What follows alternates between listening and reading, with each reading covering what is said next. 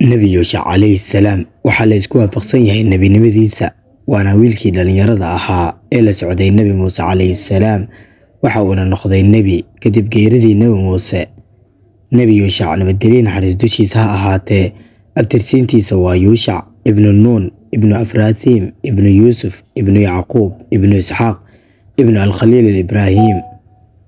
xilligii Nabi Muuse calayhi salaam reer Banu Israa'iil waxay dagaal u tageen dhankaas iyo Falastiin si ay u xoreeyaan Baytul Maqdis oo ay haysteen gaalo.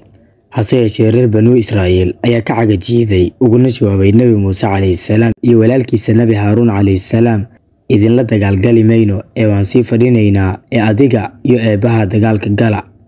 kadib markii ay ka caraysiyeen Eebbaweyne subxaanahu wa tacaala ayaa lagu soo rogay ciqaab ka timid xagga Eebbe subxaanahu wa tacaala, lagagana mamnuucay inay galaan Baytul Maqdis muddo ku siman 40 sano kuna jiraan tiiha oo micnihiisu yahay in ay ku adkaato in ay helaan wado ay ka baxaan.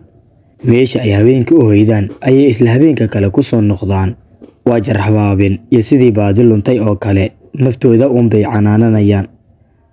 muddadaas iyadoo lagu guda jiro ayaa Eebbe subxaanahu wa tacaala oofsaday nabigii iyo addoonkii wanaagsanaa waa kaliimkiisa Nabi Muuse naxariis iyo nabadgelyo korkiisa ha ahaatee.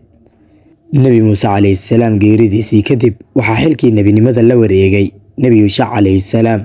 markii ay muddadii tiihu dhamaatay ayuu Nabi Yuusha calayhi salaam u diyaariyay dagaal ka dhana gaaladii haystay Baytul Maqdis. hase yeeshee Nabi Yuusha calayhi salaam waxa uu go'aamiyay shardiyo adag oo qofka dagaalka galaya laga rabo. waa midda koowaad waa inaanu ciidanka ka mid noqon qof ku xidhan haween, sababtoo ah waxa uu ka fikirayaa gabadhaas mana hananayo dagaal fiican. sidoo kale uma baahna nin guri inta uu dhisay saqafka kor aan u dhamaystirnayn iyo nin xoolo leh oo sugaya taranka xoolihiisa. waxa uu Nabi Yuusha calayhi salaam rabay inuu ciidankiisa ka fogeeyo arrimo adduun la xiriira oo idil. jiilkan cusub ee uu tababaray Nabi Yuusha calayhi salaam tiradoodu waa ay badneed, waxa uuna u hogaamiyay dagaalkii si ay u furtaan Baytul Maqdis. kadib markii ay ciidankii gaareen dhulkii Falastiin waxay ugu tageen dhufaysyo adag oo aan la mari karayn, hase ahaatee way cunaqabateeyeen oo hareereeyeen dhufayskii. hareereyntaas waxay ku hayeen muddo dhan 6 bilood waxayna u adkaysteen dhibtii iyo rafaadkii dagaalka. Eebbe subxaanahu wa tacaala ayaana sugay safkoodii. maalin jimco ah ayaa Nabi Yuusha calayhi salaam iyo ciidankiisii jabsadeen dhufaysyadii, hase ahaatee wuxuu waqtigii gaadhay gelinkii dambe ayagoo aan dhammaystiran furashada magaalada. habeenka soo galaya waa habeen sabti ah, sida caadada u ahayd reer Bani Israa'iil may dagaalami jirin maalinta sabtida ah. arrintii baa ku adkaatay ciidankii iyo Nabi Yuusha. hawshan ma dhammaystiri karayn maanta, waxaana macquul ah haddii ay sugaan maalinta Axadda inay gaalada isa soo urursato oo ay iska dhiciso ciidanka. Nabi Yuusha calayhi salaam markii uu arkay arrinta sida ay tahay waxa uu Eebbe subxaanahu wa tacaala ka codsaday in uu joojiyo 1 saac qoraxda. Eebbe subxaanahu wa tacaala ayaa ka aqbalay Nabi Yuusha, waana mid ka mid ah mucjisooyinka uu la gaarka yahay Nabi Yuusha calayhi salaam.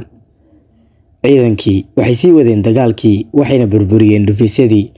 waxay galeen masjidkii Al-Qudus. isla goobtaas waxaa kaga shahiiday kumanaan kun oo ciidankii Nabi Yuusha. guushii weyneed ee uu Nabi Muuse calayhi salaam ku riyoonayay markii ay gaadheen ayuu Eebbe subxaanahu wa tacaala ku amray in reer Bani Israa'iil ay galaan masaajidka ayaga oo sujuudsan oo dhahaya kelimada xidda. haddii ay sameeyaan arrintan Eebbe waa uu u dambi dhaafayaa. laakiin reer Banu Israa'iil maanay sujuudin oo waxay galeen Baytul Maqdis ayagoo gadaal u sii jeedsanaya, kelimadiina waxay ku bedeleen xinda. kibir iyo isla weyni ayay halkaasna ka sii kororsadeen. amarkii Eebbe subxaanahu wa tacaalana waa ay diideen. intaa kadib waxaa ku habsatay cadhadii Eebbe subxaanahu wa tacaala waxaana lagu saliday xanuunka daacuunka, waxa uuna ka laayay kumanaan kun oo qof. reer Banu Israa'iil waxay ku noolaayeen Falastiin muddo aad u dheer ayaga oo ku takarifalay diintooda. waxaa la sheegaa inay ku dhawaad 70 nebi ku dileen dhagaxyo. ilaahay baan ka magan galaynaa sifooyinkaas xunxun